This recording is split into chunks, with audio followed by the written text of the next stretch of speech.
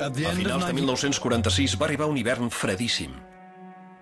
La glaçada més forta dels últims anys, amb temperatures inferiors als 20 graus sota zero, entorpeix en molts llocs el treball i la reconstrucció, afecta el comerç i els transports i posa en perill la vida i la salut. Els ports es van glaçar. El poc carbó que quedava per als alemanys després de les indemnitzacions no es podia transportar. Feia un fred terrible. Recordo especialment l'hivern de 1947. Estàvem a 25 graus sota zero i el port es glaçava constantment.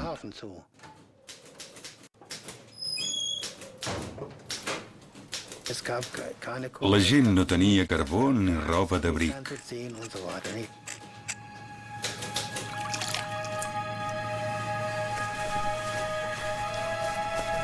Havíem d'encendre l'estufa de carbó cada dia al matí i abans no s'havien escalfat prou les habitacions perquè no et caigués el llapis dels dits i ja eren les 11. Al seu despatx gèlid, l'aprenent Hans Schmidt emplenava documents de trameses de carbó.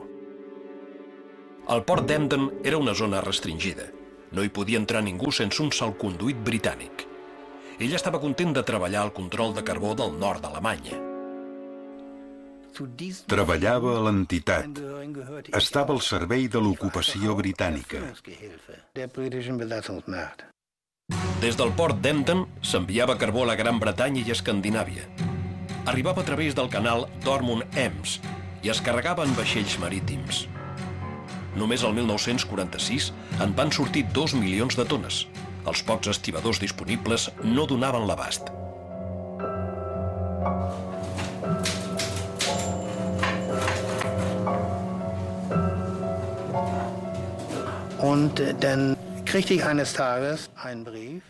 Un dia em va arribar una carta ordenant-me que treballés d'estibador pels ocupants britànics.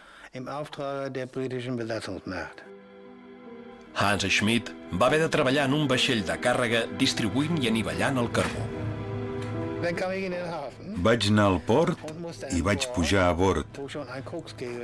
S'acabava de carregar una pila de carbó al vaixell i jo l'havia de repartir cap als racons. Vaig mirar cap amunt i a través d'una trapa petita vaig veure que la pala mecànica estava a punt d'abocar una muntanya de carbó.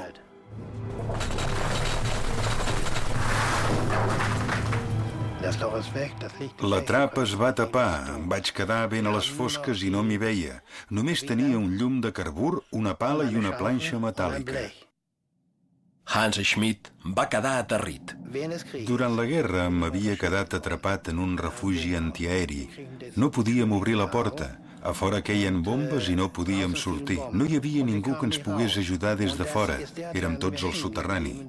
Vam provar d'obrir la porta, però no vam poder. Em va quedar gravat a la memòria. Em vaig tornar claustrofòbic i la situació se'm va repetir a la bodega d'aquell vaixell. Estava enterrat i havia d'acabar per sortir. De totes maneres, era millor que no pas estar sense feina. I després de la desfeta a la guerra, la situació començava a millorar. Arreu d'Alemanya, les potències ocupants desmantellaven plantes industrials i maquinària per dur-les als seus països en concepte d'indemnització. Només els americans es van contenir. Moscou va desmuntar fàbriques senceres. Vies de tren, pals d'electricitat, centrals elèctriques, tot es va embalar i enviar a la Unió Soviètica. Els soviètics estaven decidits a reconstruir el seu país, devastat pels alemanys.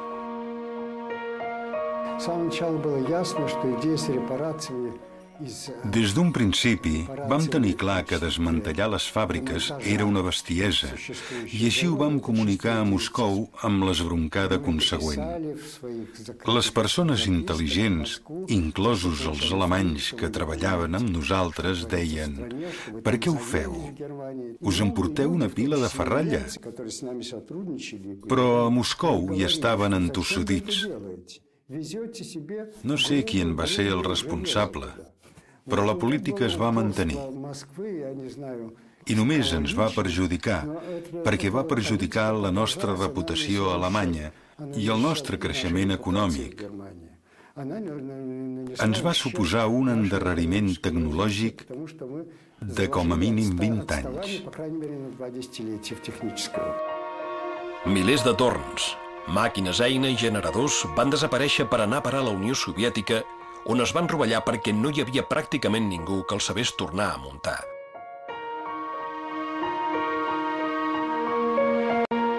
A la zona francesa també cobraven indemnitzacions a dojo. A la zona francesa hi ha la màxima concentració de fàbriques de sabates. Aviat s'arribarà al ritme de producció anterior de 2,5 milions d'aparells al mes, dels quals se n'enviaran 300.000 a França. Alemanya paga. També han reprès l'activitat les foneries, els alts forns i les acereries, al servei dels vencedors. Alemanya paga.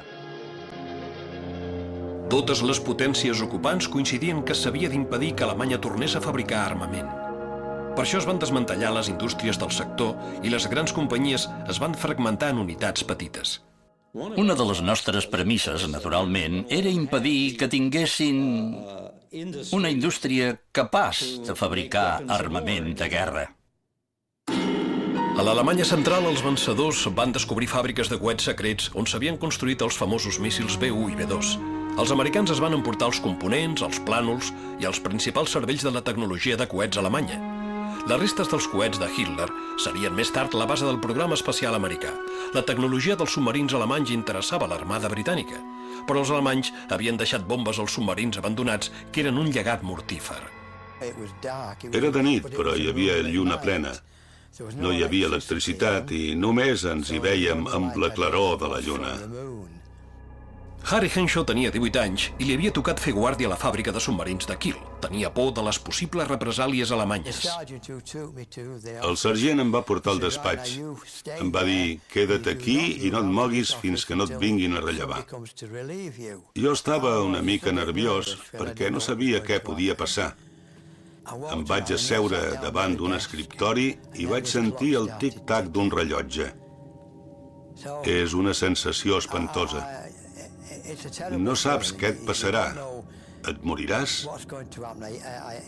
Et faran saltar pels aires o què? I vaig pensar, és una bomba i ara esclatarà. Al despatx no hi havia cap lloc on amagar-se. Només l'escriptori. M'hi vaig posar a sota i vaig esperar l'explosió. Tremolava. Al final, després d'uns 20 minuts, més o menys, el rellotge va parar de fer tic-tac. Em vaig aixecar, vaig fer la volta a l'escriptori i em vaig tornar a asseure.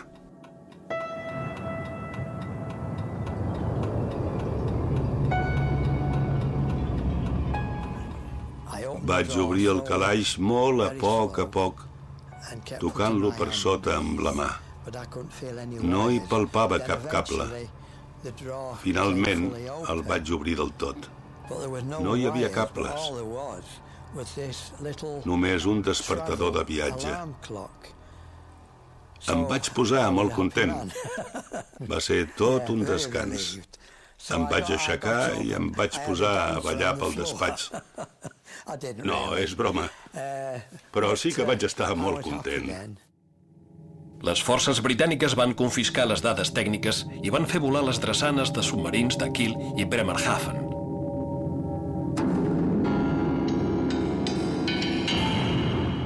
Es van detenir els dirigents de la indústria d'armament alemanya. Si s'hi resistien, rebien un càstig sever. Entre els treballadors creixia el malestar. Els habitants de la regió del Ruhr, el centre de producció de carbó i d'acer del país, treballaven per a les forces d'ocupació, però els faltava menjar i carbó per escalfar-se. Es van començar a organitzar, i entre ells hi havia comunistes alemanys. L'1 de febrer vaig començar a col·laborar amb el KPD, el Partit Comunista Alemany. Era un dissabte. Ens van convocar a una reunió per parlar de la situació a la ciutat. Ernst Schmidt, un alemany que havia tornat al país procedent d'un camp d'internament soviètic, s'havia convertit al comunisme. Admirava Karl Marx i la idea de la propietat estatal.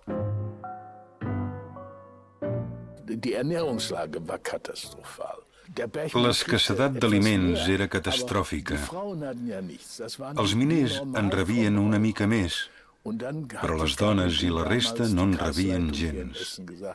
Els dirigents del KPD d'Essen van dir: «Hi hem de fer alguna cosa. Convocarem els treballadors davant de l'Ajuntament dilluns a les 11 del matí per manifestar-nos». A mi em van encomanar que ho comuniqués al grup de treballadors de Bonifatius. I així ho vaig fer.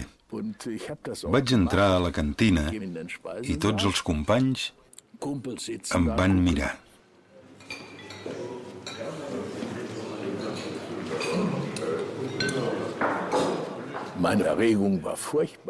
Estava molt nerviós. Era la primera vegada que parlava en públic. Vaig entrar i em vaig presentar. Llavors em vaig treure unes ulleres que portava, d'aquelles que s'agafaven darrere les orelles amb una veta. Me les vaig treure perquè em costés menys parlar, perquè així no els hi veuria la cara. I quan vaig acabar, me'n recordo que vaig dir: «Vinga, doncs, fem-ho». Van aplaudir. Els hi havia causat bona impressió. En vaig estar molt orgullós. Em van dir: «Ernst, ho has fet molt bé». Els havia convençut.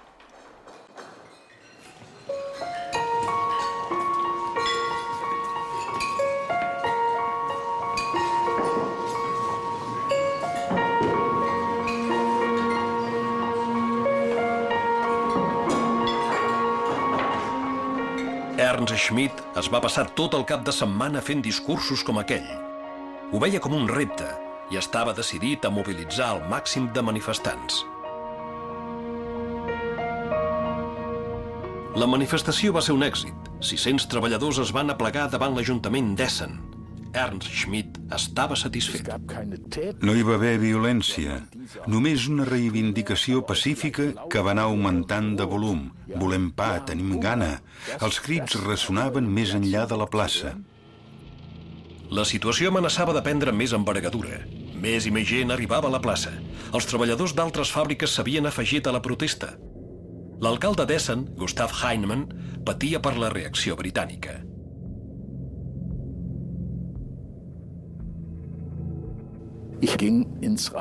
Vaig entrar a l'Ajuntament i vaig anar al despatx de l'alcalde. El vaig trobar assegut darrere l'escriptori.